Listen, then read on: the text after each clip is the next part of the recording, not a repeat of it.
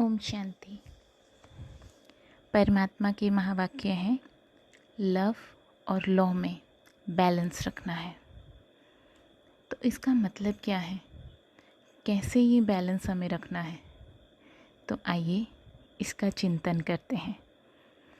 हम सभी ने मंदिरों में देवियों की मूर्तियों को तो देखा है। आपने कभी ध्यान दिया है कि कैसे देवियों की मूर्तियों में भी हमें उनके नैनों द्वारा प्रेम स्वरूप और शक्ति स्वरूप दोनों दिखाई देते हैं। एक तरफ उनमें हमको माँ का वात्सल्य दिखाई देता है और दूसरी तरफ असुरों का संहार करने वाली महाकाली का रूप भी दिखाई देता है। तो देवियों की मूर्तियों में भी लव और लॉ का कितना सुंदर बैलेंस दिखाई देता है। यही बैलेंस हम देवी देवता बनने वाली आत्माओं में बाबा देखना चाहते हैं। देखिए, आजकल की दुनिया के चित्रकार भी जब देवियों की मूर्ति बनाते हैं तो कैसे नेचुरली उसमें इतना सुंदर बैलेंस आ जाता है कि उनके नैन कितने सुंदर होते हैं।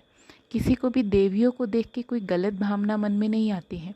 हर एक को वो माँ का प्यार दिखाई देता है, वात्सल्य टपकता है उनके नैनों से। और दूसरी तरफ असुरों के लिए वो माँ काली भी हैं। देवियों के सारे हाथों में, अष्टभुजाओं में किस तरह शस्त्र दिखाई देते हैं। शस्त्र किस लिए हैं? असुरों का संहार करने के लिए। लेकिन नैन कैसे हैं? प्यार से भरपूर। तो हमें ये बैलेंस कैसे रखना है? हमारी वाणी, हमारे नैन, हमारा चेहरा सदा शांति और दिव्यता की प्रतिमूर्ति दिखाई दे, लेकिन उसके साथ साथ अपनी मर्यादाओं के प्रति हमारे नैनों में वो समर्पण भाव भी दिखाई दे, जिससे कोई भी आत्मा गलत दृष्टि से मेरी तरफ देख ना सके। हर एक से मिलते हुए अपने मन में सभी के प्रति शुभ भावना रखनी है। लेकिन यदि कोई अशुभ भावना से हमारी ओर आने की कोशिश करे तो उस समय महाकाली का रूप धारण करने की शक्ति भी हम में हो। लव रखना अपनी जगह पे बहुत ज़रूरी है, लेकिन उसके साथ जब लॉ का बैलेंस बिठा दिया जाता है तब ये एक शक्ति बन जाती है। जैसे हमने हमारी प्यारी दादियों में देखा, उसमें भी अगर उदाहरण ले, हमारी बड़ी दादी दादी प्रकाश मणि जी को हमने देखा। उनमें लव और लॉ का कितना सुंदर बैलेंस था। इतने बड़े यज्ञ की वो मुख्य संचालिका थी। उनको कितने लॉ में चलना पड़ता होगा, लेकिन किस तरह उन्होंने ये बैलेंस रखे कि हर आत्मा बस दादी दादी कहती थी। इतना प्यार उन्होंने सबको दिया। और वहीं जहाँ कहीं लॉ की बात आती थी तो उस समय वो माँ दुर्गा के रूप में भी रहती थी।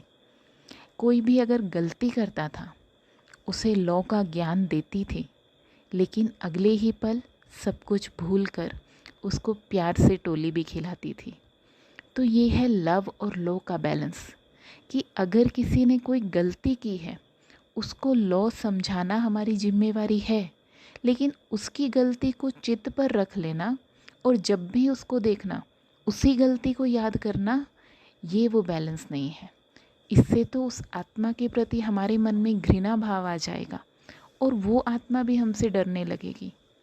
इसलिए किसी की गलती की, उसको उसकी गलती बताई, उसको सही बात समझाई और अगले ही पल सब कुछ भूल के उसे बाबा का प्यारा बच्चा उसी रूप में देखना। ये बैलेंस हमने प्रैक्टिकल में हमारी दादियों में देखा है। तो हमारी वाणी में भी सर्व आत्माओं के लिए सदा दया और रहम भाव हो, सदा मीठी मधुर वाणी हो। लेकिन अगर कोई मर्यादा तोड़कर गलत भाव से हमारे साथ बात करे तो तब उसको लॉ समझाना भी हमारा फ़र्ज़ है। एक ब्राह्मण आत्मा के लिए लव और लॉ के बैलेंस की जीवन में धारणा करना बहुत ज़रूरी है।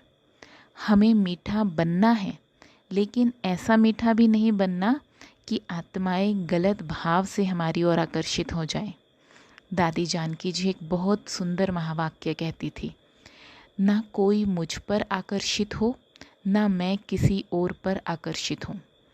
हम इस बात की तो धारणा कर लेते हैं कि मैं किसी पर आकर्षित नहीं हूँ, लेकिन इस बात की भी धारणा करनी है कि मेरा चाल चलन, बोल, व्यवहार, मर्यादाएं इतनी पक्की हों कि कोई आत्मा भी गलत भाव से मेरी ओर आकर्षित ना हो।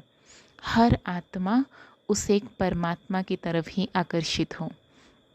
तो इसीलिए अपने मन में माँ दुर्गा स्वरूप को प्रत्यक्ष रखें। मैं शिव शक्ति दुर्गा हूँ, प्रेम की मूर्ति भी हूँ और असुरों के लिए माँ काली भी हूँ। जीवन के हर क्षेत्र में लव और लो का बैलेंस हम बनाकर चलें, और जब इस बैलेंस से हम चलेंगे तो हमारा जीवन बहुत सहज हो जाएगा, हमारे जीवन की धारणाएं बहुत पक्की हो जाएंगी। तो आइए आज का सारा दिन हम ये बैलेंस रख के चलें। वैसे तो आज ही नहीं, जीवन में सदा हमें ये बैलेंस रखना है, लेकिन आज कॉन्शियसली हम इसे देखेंगे कि कहाँ कहाँ मुझे लव और लो का बैलेंस बना के चलना है, और जीवन में हर क्षेत्र में इस धारणा को पक्का रखेंगे। आपके भी अगर ऐसे कोई सुझाव हो, या आपके मन में कभी ये क्वेश्चन आता हो कि ऐसी परिस्थिति में कैसे बैलेंस रखें, तो आप मुझे वो क्वेश्चंस पूछ सकते हैं, और उनका हम अगले वीडियो में आंसर देने की कोशिश करेंगे। तब तक के लिए बाबा की याद में ओम शांति।